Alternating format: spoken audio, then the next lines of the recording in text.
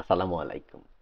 গর্ভাবস্থার প্রথম ত্রৈমাসিকের আল্ট্রাসোনোগ্রাফি একটি গুরুত্বপূর্ণ পরীক্ষা, যা গর্ভবতী মায়ের স্বাস্থ্য এবং গর্ভের শিশুর অবস্থা সম্পর্কে অনেক গুরুত্বপূর্ণ তথ্য প্রদান করে। আজকের এই ভিডিওতে আমি গর্ভাবস্থার প্রথম ত্রৈমাসিকের আল্ট্রাসোনোগ্রাফি অর্থাৎ ফার্স্ট ট্রাইমিস্টারের আল্ট্রাসোনোগ্রাফি রিপোর্ট নিয়ে আলোচনা করব। একজন গর্ভবতী মহিলার গর্ভাবস্থার প্রথম ত্রৈমাসিকের আল্ট্রাসনোগ্রাফি রিপোর্টে যে সকল বিষয়গুলো উল্লেখ করা থাকে, সেই বিষয়গুলো দ্বারা মূলত কি বোঝানো হয় সেই সম্পর্কে ধারণা দেওয়ার চেষ্টা করব আজকের এই ভিডিওতে। আশা করছি সম্পূর্ণ ভিডিওটি দেখার চেষ্টা করবেন। সম্পূর্ণ ভিডিওটি দেখলে গর্ভাবস্থার প্রথম ত্রৈমাসিকের আল্ট্রাসনোগ্রাফি রিপোর্ট সম্পর্কে বিস্তারিত একটি ধারণা পাবেন। তাহলে আসুন আমরা মূল ভিডিওতে চলে যাই।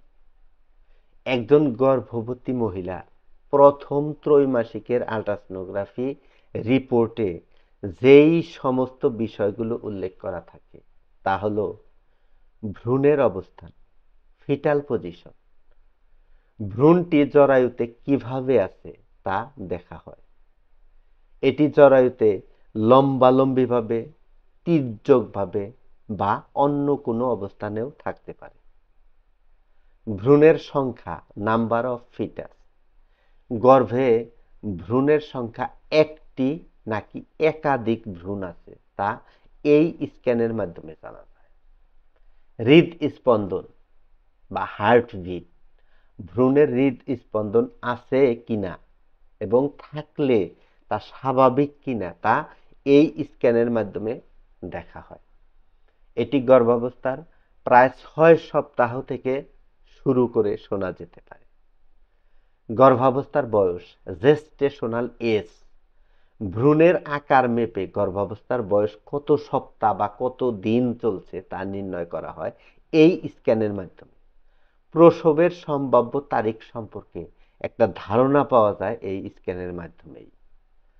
জরায়ু এবং ডিম্বাশয়, ইউটেরাস অ্যান্ড ওভারিস, এই স্ক্যানের মাধ্যমে জরায়ু এবং ডিম্বাশয়ের গঠন সম্পর্কে দেখা হয় এবং কোনো অস্বাভাবিকতা আছে কিনা তা পরীক্ষা করা হয়, যেমন ফাইব্রয়েড ইউটেরাস বা সিস্ট। প্লাসেন্টার অবস্থান, প্লাসেন্টাল লোকেশন, এই স্ক্যানের মাধ্যমে প্লাসেন্টা কোথায় আছে, কিভাবে আছে তা দেখা হয়। এটি জরায়ুর সামনে, পিছনে, উপরে বা নিচে থাকতে পারে। অ্যামনিওটিক ফ্লুইড বা অ্যামনিওটিক তরল, অ্যামনিওটিক ফ্লুইড বা অ্যামনিওটিক তরলের পরিমাণ স্বাভাবিক আছে কিনা তা দেখা হয় মূলত এই স্ক্যানের মাধ্যমে। এটি শিশুর চারপাশে থাকে এবং শিশুকে রক্ষা করে। ভ্রূণের অঙ্গ প্রত্যঙ্গ, ফিটাল অর্গানস, এই সময়কালে ভ্রূণের হাত, পা, মাথা ইত্যাদি অঙ্গ প্রত্যঙ্গ মোটামুটিভাবে দেখা যায় এবং এদের গঠন স্বাভাবিক আছে কিনা তা পরীক্ষা করা হয় মূলত এই স্ক্যানের মাধ্যমে। জন্মগত ত্রুটি, বার্থ ডিফেক্ট, কিছু কিছু জন্মগত ত্রুটি আছে, যেমন অ্যানেনসেফালি বা মস্তিষ্কের ত্রুটি, স্পাইনা বাইফিডা বা মেরুদণ্ডের ত্রুটি। এই স্ক্যানের মাধ্যমে এই ত্রুটিগুলো মূলত শনাক্ত করা হয়। এই সকল বিষয়গুলোই মূলত ফার্স্ট ট্রাইমিস্টারের আল্ট্রাসোনোগ্রাফিতে উল্লেখ করা থাকে।